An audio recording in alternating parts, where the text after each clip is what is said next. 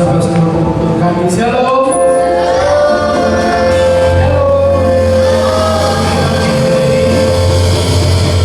Kita mulai ibadah kita.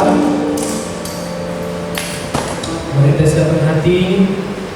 Kita akan datang ke dalam hadirat Tuhan.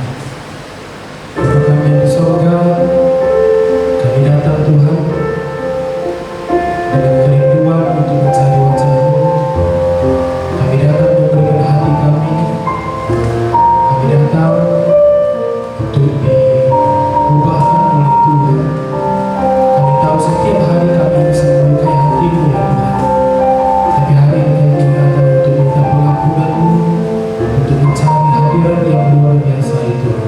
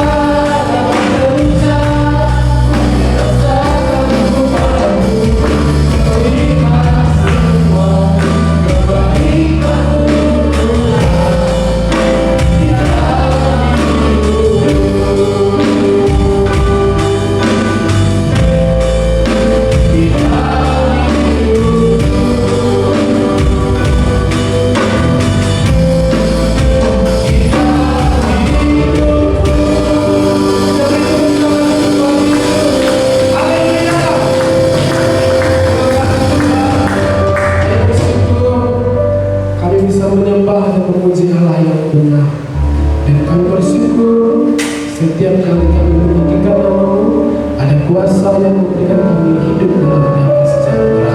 Dan damai sejahtera ini akan kami ekspresikan melalui pujian kami. Kita yang siap memuji Tuhan sama-sama katakan amin. Siap memuji Tuhan? Amin. Kita mau angkat suara bagi Tuhan Yesus. Amin. Kalau sekarang kiri saudara katakan Tuhan Yesus baik. Haleluya. Tuhan Yesus baik. Karena pujian kita nyanyi bagi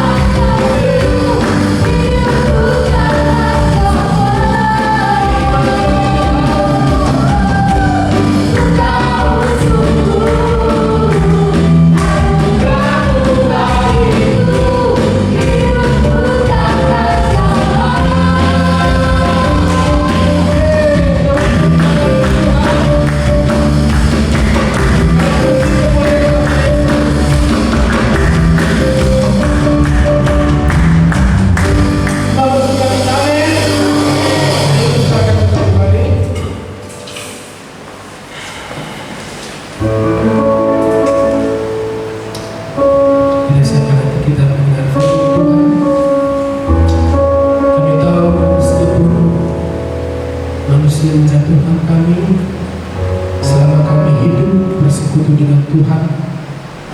Selama kami menyembah Tuhan, kami tidak akan pernah jatuh. Manusia boleh tidak menyukai kami, manusia boleh mereka yang jahat tentang kami, tapi ujung-ujungnya anak Tuhan pasti akan berkemenangan.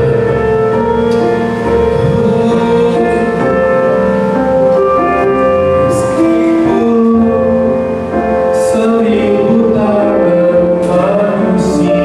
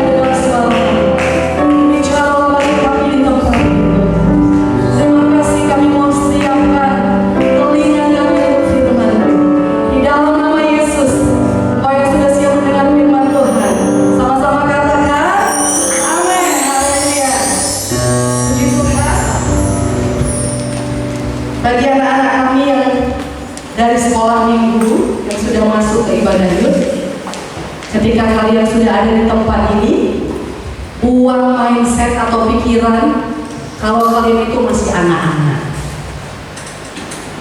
Ya, kalian itu sudah masuk usia remaja. Apa yang menghalangi anak-anak itu merasa bahwa kalau dalam ibadah itu dia cukup diam aja, nggak melakukan sesuatu, atau dia cukup nonton aja? Apa yang membuat itu terjadi? Yang pertama, karena tidak tahu apa yang mau dilakukan, nggak ngerti apa yang mau dibuat. Bibi mau kasih tahu, kalau selama ini belum ngerti apa yang mau dibuat, Bibi kasih tahu. Ketika kita menyembah beribadah kepada Tuhan, latih diri kalian untuk fokus dan konsentrasi. Kalau kalian harus tutup mata, tutup matanya. Amin, amin. Ini Bibi kasih tahu, karena mungkin nggak tahu apa yang mau dilakukan, ya kan? Karena mungkin selama ini kan ada di ibadah anak-anak, nggak ngerti gitu ya. Bibi mau ajarin, karena Bibi mengasihi kalian. Bibi pertama sekali dipanggil Tuhan itu saat kelas 5 SD, ya. Saat kelas 5 SD Bibi dibaptis Roh Kudus, dilawat Tuhan, dan sejak saat itu hidup Bibi mengalami perubahan. Pernah Bibi saksikan dalam ibadah pencurahan Roh Kudus. Dulunya Bibi itu seorang kleptomania, suka mencuri, nggak tahu dari mana datangnya. Ya, ketika Bibi dibaptis Roh Kudus, sampai hari ini Bibi nggak pernah mencuri. Nah, jadi jangan pernah anak-anak berpikir bahwa kalian itu masih kecil, kalian tidak mendapat hak untuk dilawat Tuhan. Itu salah besar. Itu kesalahan, kebohongan yang iblis taruh di hati kalian. Kalau kita lihat di luar sana, banyak kegerakan anak-anak Tuhan yang terjadi. Kenapa itu bisa terjadi? Simple. Iman itu simple. Iman itu nggak butuh hal yang ribet. Simple sekali. Cukup punya hati dan mau dipakai Tuhan. Amin. Jadi kalau nggak ngerti, Bibi kasih tahu, dalam ibadah, ketika kita menyembah Tuhan, maka ajar latih diri kalian untuk fokus kepada Tuhan. Kalau harus tutup mata, tutup matanya, supaya bisa fokus. Amin. Yang kedua, apa yang harus dilakukan? Mungkin nggak ngerti.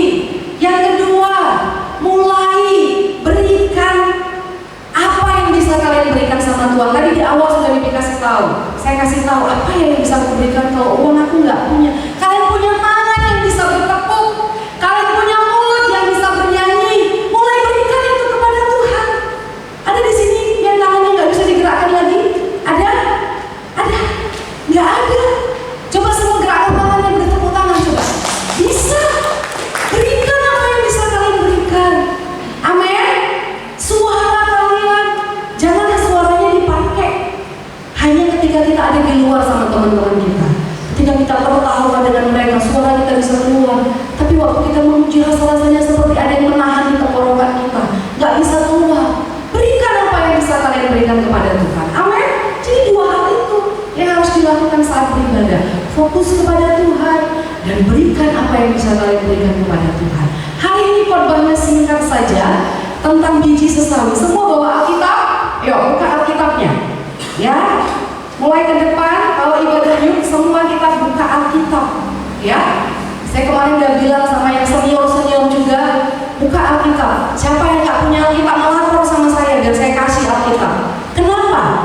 Karena hari ini kalau kita pakai gadget, khususnya anak-anak remaja, itu teralih perhatiannya. Ya kan? Yang tadinya mau buka Alkitab jadinya buka WA, jadinya buka Facebook. Ya kan? Padahal pesan Tuhan yang mau diperdengarkan sangat luar biasa ya. Biji sesawi judul firman-Nya. Ayo tampilkan dulu. Kenapa biji sesawi? Apa sih biji sesawi? Coba multimedia tampilkan dulu biji sesawi itu seperti apa. Ya. Nih, ini biji sesawi. Biji sesawi itu namanya biji-bijian ya, itu kecil. Tapi kenapa di antara biji-biji yang lain Tuhan angkat biji sesawi dalam Alkitab? Padahal dia itu sejenis sayur-sayuran. Nanti kita baca ayatnya. Kenapa nggak bayam? Kenapa nggak bukan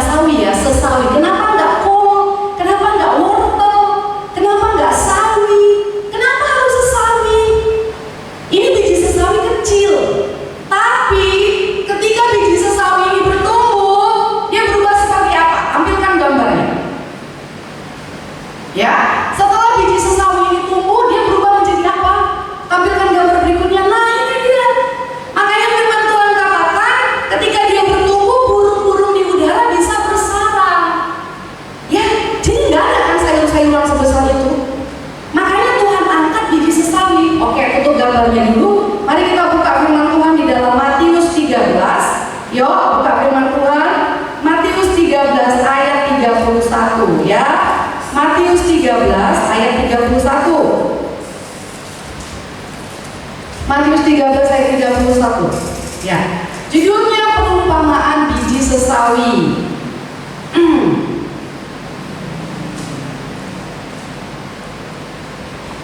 Saya baca 31, anak-anak baca 32 ya.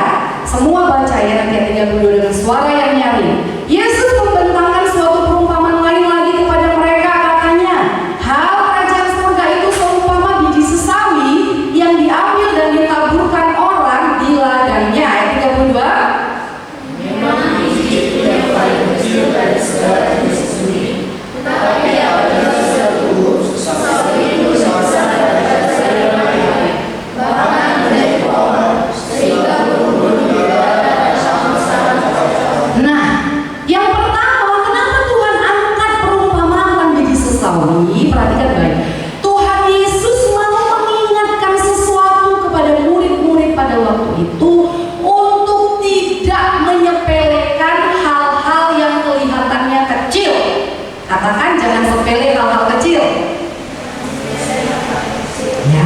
Tuhan nggak pakai perumpamaan yang kelihatannya spektakuler, megah-megah. Justru Tuhan mau murid-muridnya belajar dari sebuah hal kecil, biji sesawi. Tuhan mau mengajarkan murid bahwa apa yang kelihatan kecil, kalau itu bertumbuh, hari lepas hari dirawat dan kemudian bertumbuh, yang kecil itu bisa membawa perubahan yang besar, bisa membawa potensi yang besar. Ya, Tuhan Yesus mau ingatkan. Nah, ketika kita punya iman, coba kita lihat lagi yuk. Matius 17 ayat 20. Matius 17 ayat 20. Lompat ke beberapa pasal. Ya, Matius 17 ayat 20.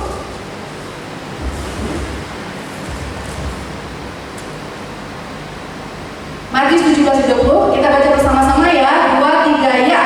Ia berkata kepada mereka, karena kamu kurang percaya, sebab aku berkata kepadamu, sesungguhnya sekiranya kamu mempunyai iman sebesar biji sesawi saja, kamu dapat berkata kepada gunung ini, pindah dari tempat ini ke sana, maka gunung ini akan pindah dan takkan ada yang mustahil bagimu. Tuhan mau ajarkan sesuatu yang kecil itu, yang kelihatannya sepertinya tidak terlalu wow, ketika itu bertumbuh, ketika itu dibangun di dalam Yesus, itu bisa berdampak yang besar. Nah, tadi kan biji sesawinya bertumbuh terus jadi pohon yang besar. Setelah dia menjadi pohon yang besar, terus burung-burung bersarang di pohon itu. Pertanyaannya, gimana ya supaya biji sesawi itu bisa tumbuh? Apa yang dibutuhkan untuk biji sesawi bisa tumbuh? Sama kayak pelajaran kalian di sekolah, pelajaran biologi, pelajaran IPA. Untuk biji itu bisa tumbuh, yang pertama dia butuh tanah. Katakan tanah. Tanah yang baik, tanah yang subur. Kalau nggak ada tanahnya, gimana mau tumbuh? Nah, apa hubungannya dengan kehidupan iman kita? Untuk iman kita bisa bertumbuh, dia butuh lingkungan untuk dia bertumbuh, anak-anak muda.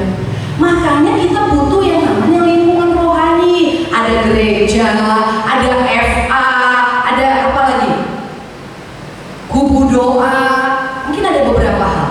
Jadi untuk iman kalian bertumbuh, kalian butuh yang namanya tanah, wadah, tempat iman itu bertumbuh. Kalau di dalam kehidupan kita butuh lingkungan yang membangun. Nah, katanya dalam penelitian, kalau biji sesawi ini terkontaminasi atau tercemari sama zat-zat kimia, maka biji sesawi ini akan berubah menjadi racun. Ada yang namanya racun sesawi. Begitu juga dengan iman kita. Kalau iman kita terkontaminasi dengan hal-hal yang toksik, iman terkontaminasi, tercampur dengan zodiak, nah itu jadi racun. Siapa di sini pernah dengar zodiak? Ini anak remaja kan? Masih ada zamannya zodiak. Bintangmu apa? Gemini. Kau apa? Virgo. Kau apa? Libra. Nah, kalau imannya masih terpengaruh hal-hal seperti itu, apa katanya? Kalau kau Gemini lahir bulan berapa? Oh, hari ini kau harus pakai baju ini. Oh, nanti kau seperti ini. Nah, kalau masih seperti itu imannya, itu bisa jadi racun. Apalagi yang bisa meracuni iman? K-pop. Lah, Bibi nggak senang ya kami cinta K-pop. Bukan nggak senang, tapi kalau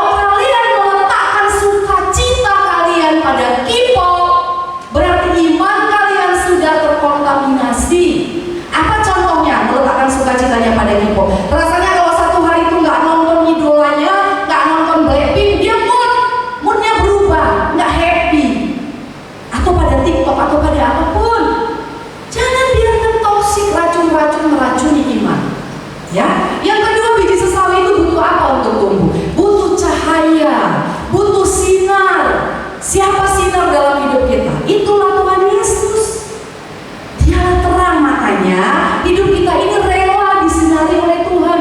Tapi aku masih ada dosa, nanti malu kalau dosanya ketahuan. Gak apa-apa, it's okay.